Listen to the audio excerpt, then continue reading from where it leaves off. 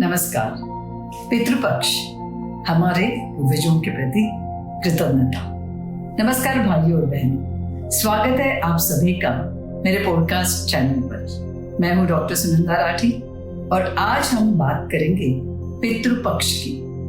भारतीय संस्कृति में हमारे पूर्वजों को देवतुल्य माना गया है। कहा गया है मातृदेवो भव, पितृदेवो भव, आचार्य देवो भव। अर्थात माता, पिता और गुरु हमारे जीवन में देवता के समान है। आज के इस एपिसोड में हम पितृपक्ष का धार्मिक महत्व, ज्योतिषीय दृष्टिकोण और वास्तुशास्त्र से जुड़े व्यावहारिक सुझाव एक ही प्रवाह में समझेंगे। तर्पण की विधि पर मेरा पूर्व पॉडकास्ट आपने देखा होगा, सुना होगा। फिर से अवश्य सुने, यहाँ उसके लिंक आपको दे देंगे ताकि पितृपक्ष में तर्पण कैसे करना है ये आप जान जाएंगे। अब ये पितृपक्ष होता क्या है? पितृपक्ष हर साल भाद्रपद पूर्णिमा के बाद में अश्विन अमावस्या तक 15 दिनों का होता है।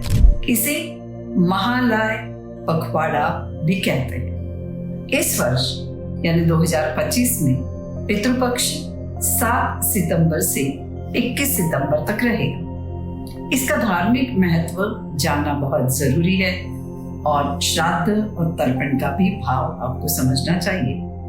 और इसका उद्देश्य क्या है? पूर्वजों की आत्मा की शांति और आशीर्वाद प्राप्त करना। यह केवल पुरुष पूर्वजों तक सीमित नहीं, बल्कि मातृ, वंशीय एवं महिला पूर्वजों का भी स्मरण इस काल में किया जाता है। इसलिए अंतिम दिन को सर्व पितृ अमावस्या कहा जाता है।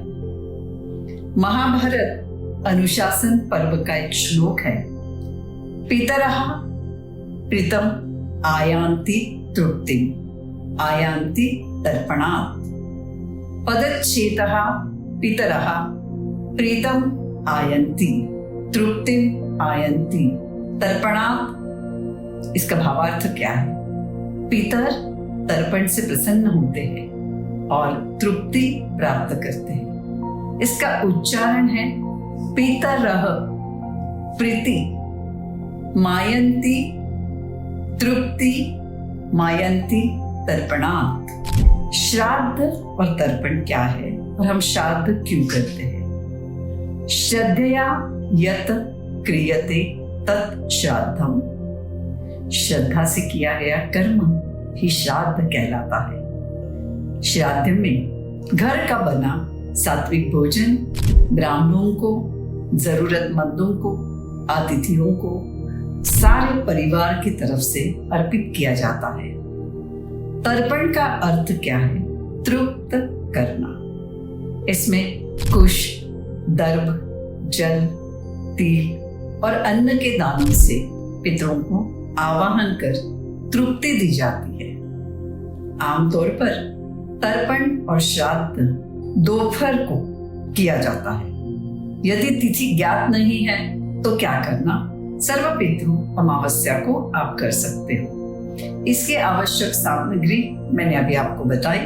कुश, दर्भग्रास, काला तिल, अक्षत, जल से भरा कलश, सफेद स्वच्छ वस्त्र, पिंड यानी उबले हुए चावल, काले तिल और घी का बना हुआ ये पिंड होता है। और सात्विक भोजन, इसमें खीर, पायसम, दाल, सब्जी, पूरी, फुल्का, मिठाई और मौसम में जो फल प्राप्त होता है वो होता है। फिर दीपक, धूप, पुष्प और वितरण हेतु अन्न, कपड़े, दक्षिणा वो आप अपनी इच्छा से दे सकते हैं। ब्राह्मण अथवा जरूरतमंद अतिथि को भोजन अपने घर में, अपने वास्तु में, अपने परिवार की उपस्थिति में कराना कहा गया है। दान और अन्नदान का बहुत महत्व पितृपक्ष में है, विशेषकर अन्नदान का। इससे पितरों की तृप्ति एवं परिवार में सुख समृद्धि का भाव होता है।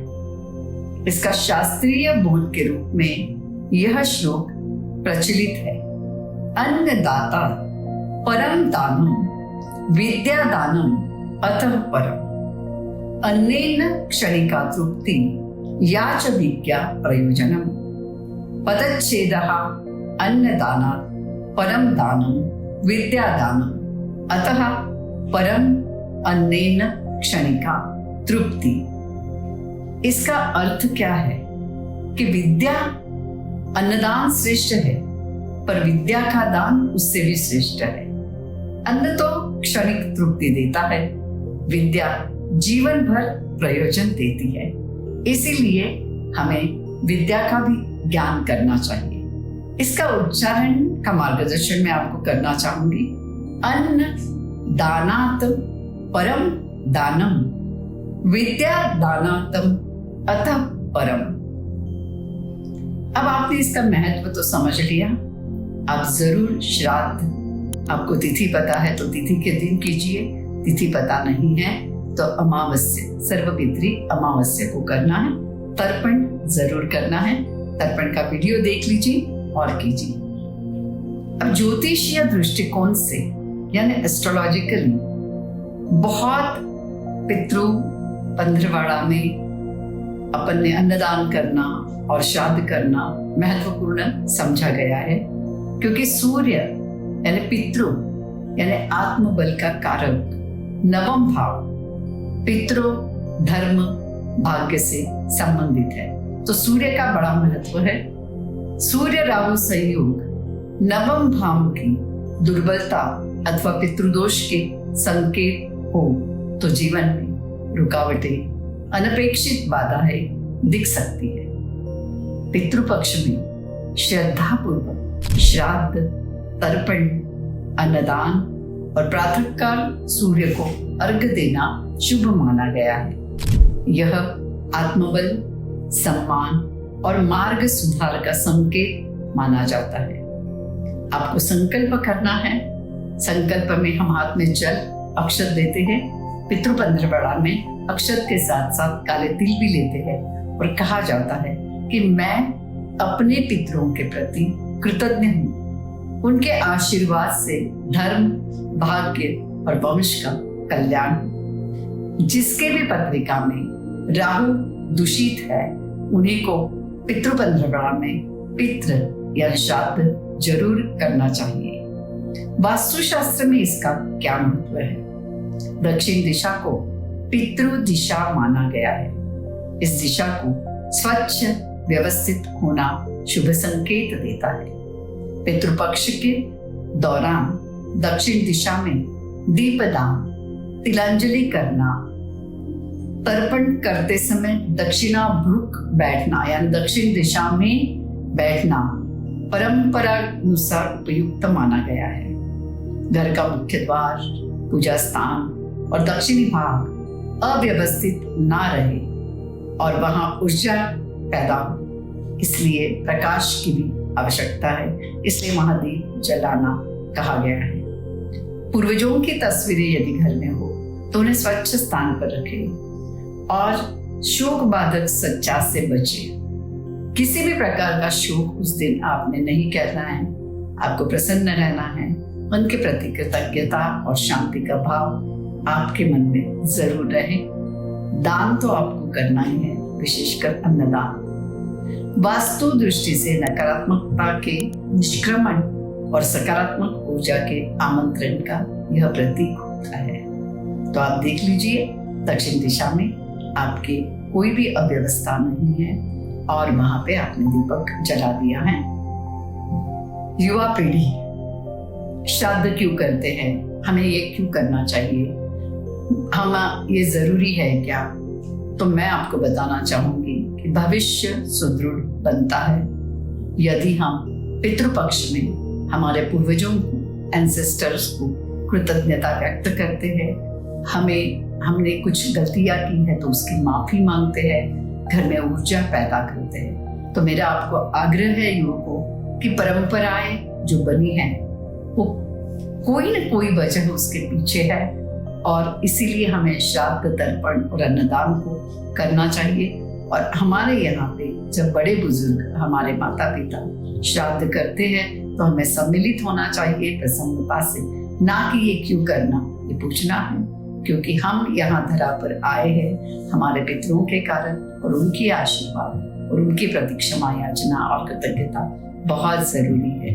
कृपया अपनी आंखें बंद करके मंत्र को ध्यान से सुने, दोहराए पंक्तियों को और देखिए आपको कैसे लगता है। ओम व्योम शांति, अंतरिक्षि शांति, पृथिवो शांति, आपः शांति, औषधया शांति, वनस्पतया शांति, विश्वे देवा शांति, ब्रह्मा शांति, सर्व शांति, शांति देव शांति, सामा शांति। ओम शांति शांति शांति। धन्यवाद। मैं डॉक्टर सुनंदा राठी इस पुत्र पक्ष में अपने पूर्वजों को याद करो, श्राद्ध तर्पण और दान अवश्य करो। तर्पण की विधि और सूक्ष्म बिंदुओं पर अधिक जानने हेतु मेरा पॉडकास्ट जरूर सुनो। हमारे इस पॉडकास्ट को लाइक करो, शेयर करो, सब्सक्राइब करो। ना भूलो श्राद्ध पक्ष में तिथि अनुसार श्राद्ध करना, और नहीं पता तो सर्वपितृ अमावस्या को चलिए कृतज्ञता व्यक्त करते हैं हमारे पूर्वजों के लिए।